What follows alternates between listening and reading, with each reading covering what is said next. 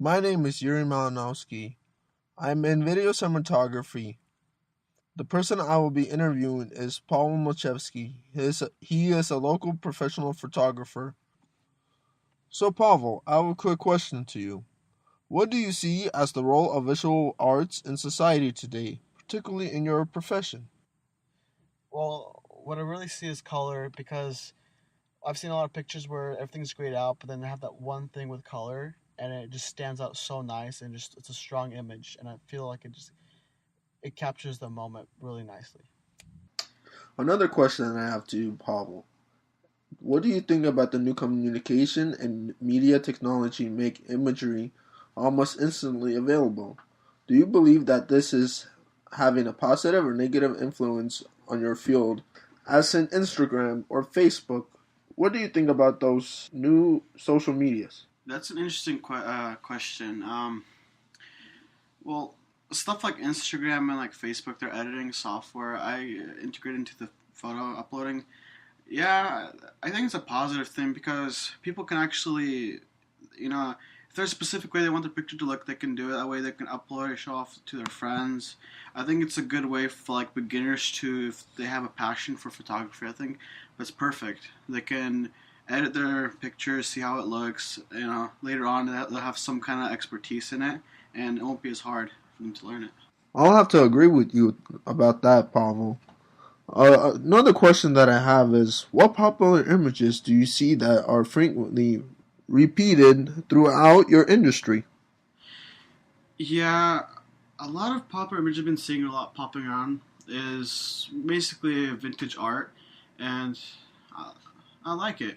When people dress up, in older like those 1950s clothes and all, that, and just black and white. I really like it. I think those days when photography was kind of just coming in. I think it was really nicely done. Pavel, who is one of your favorite visual artists, and or what is your favorite style of visual art? Well, actually, there's this old family friend of ours, Vera Paniromova. She's been painting her whole life. She's an older woman now, and she has a lot of skills. She has a lot of years under her background. So I've seen some of her art, and her art can be the most basic thing, but just the way I've seen it, she captures a lot of objects that are just so simple, but she captures it in a way that it just kind of grabs your attention. You just want to look at it. That's what I've always done with all her paintings.